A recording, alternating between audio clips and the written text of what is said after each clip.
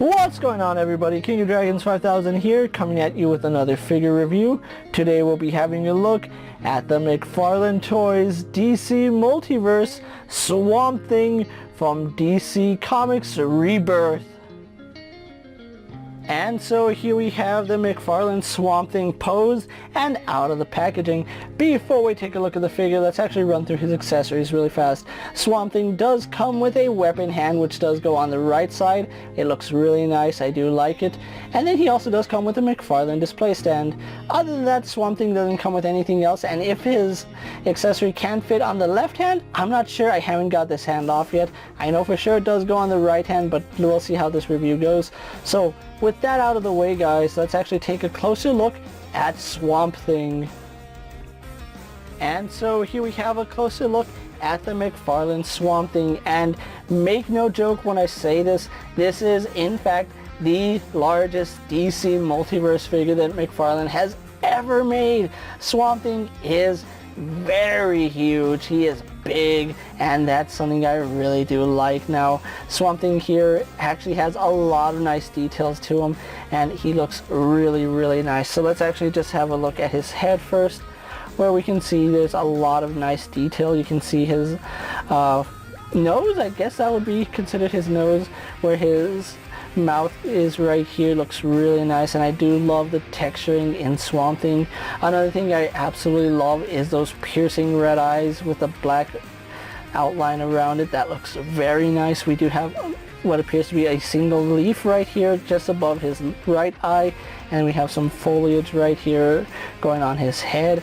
So a lot of nice detail here on Swamp Thing. McFarlane has done a fantastic job sculpting this figure, and he has some very nice size to him. In fact, I actually had to change up my camera setup because the way I normally have it set up, Swamp Thing just did not fit in frame. So that's just letting you know how big this guy is.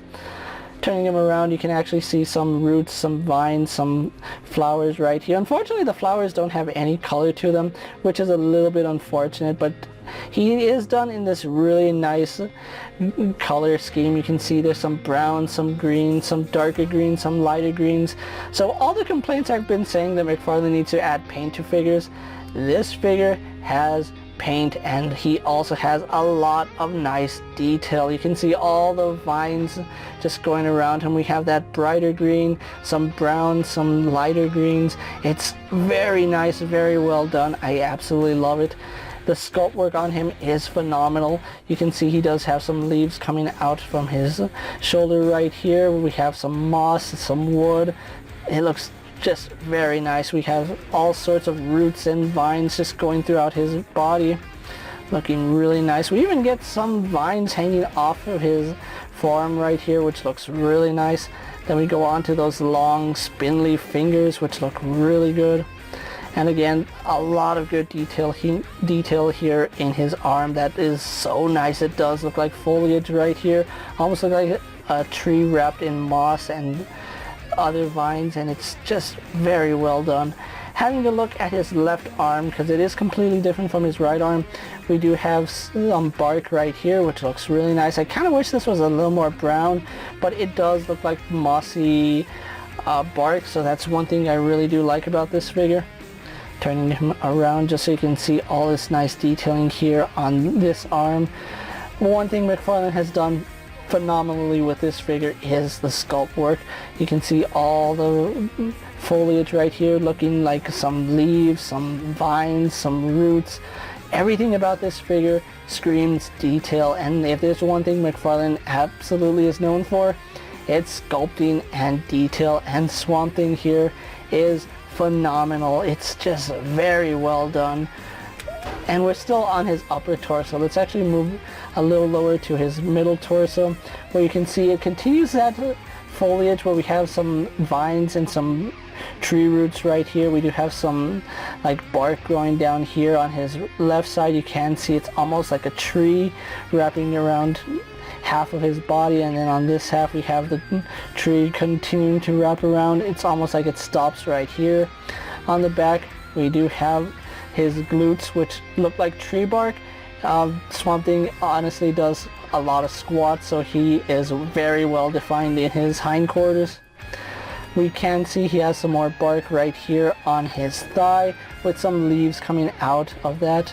Then we do have some more bark here on his left leg where we have some more vines and some more leaves. And one thing I do love about this figure, the leaves aren't the same, so it's actually like different plants that cover Swamp Thing here, and it's just very, very well done. Let's actually get his arm out of the way just so we can go over all this really nice detailing. He looks like he literally just stepped out of a swamp, and oh, it's just a gorgeous figure. Just look at the amount of detailing right here in this leg, and then we have a completely different texturing right here on his right leg. There's just so much to love about this figure, and there really aren't too many Swamp Thing figures out there, and this is actually one of the better ones, and I do like the way it feels in my hand. Again, we have some foliage right here, and it looks like some kind of tree right here. We have a different type of tree right here, also covered in moss. Going on to this leg, we actually do have that tree bark going all the way around. We have some fungus growing on his leg, and then we have some more fungus on this side, and it just looks lively. There's a lot of things to look at this Swamp Thing and say, oh, there's something I missed, I gotta check that out again. And that's one thing I really love about this figure, is that you can look at it for 10 minutes, put it down, then 10 minutes later pick it back up, and you'll find something new about it. And it's just very well done. I gotta give McFarlane credit on this. It is a very, very nice Swamp Thing, and even the feet are very nice. You can see they don't look anything alike, and he continues that asymmetrical look that we really don't get on figures, but Swamp Thing here was a way that they could go a little bit crazy on that asymmetrical look, and it just works so nice for a Swampy here. And there's just so much to go over, and if I miss something, it's just because of how much detail is on this figure, but he's no slouch when it comes to how he stacks up to other figures. So with that out of the way, guys, let's actually get Swamp Thing compared to other figures you may have in your collection. And just for sheer scale, guys, here we do have Swamp Thing posed next to a Lightning Collection White Ranger, a WWE Elite Collection figure, a Marvel Legends Cyclops, a DC Multiverse Superman, a Mezco 112th Collective Popeye the Sailor Man, and a Black Series Mandalorian. Here we have Swamp Thing posed next to a McFarlane Justice League Darkseid and a McFarlane Suicide Squad King Shark.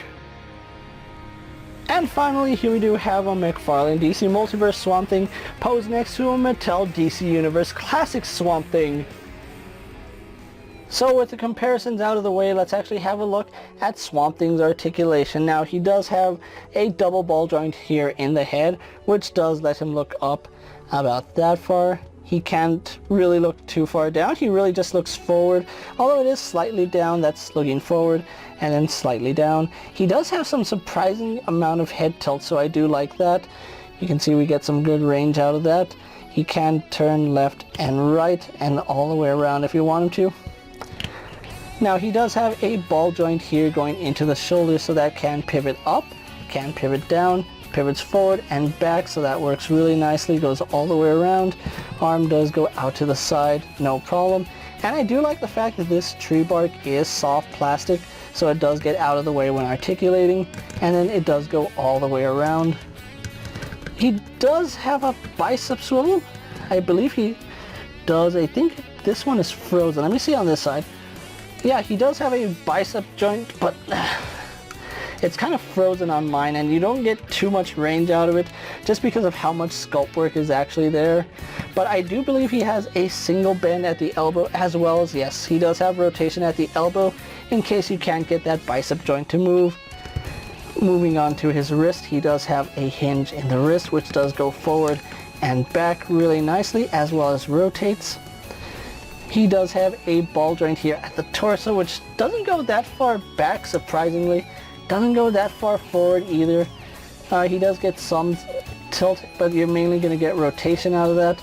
Most of that is going to come from his lower ball joint, where you can see he can move forward and back, side to side, no problem, and rotates at the waist as well.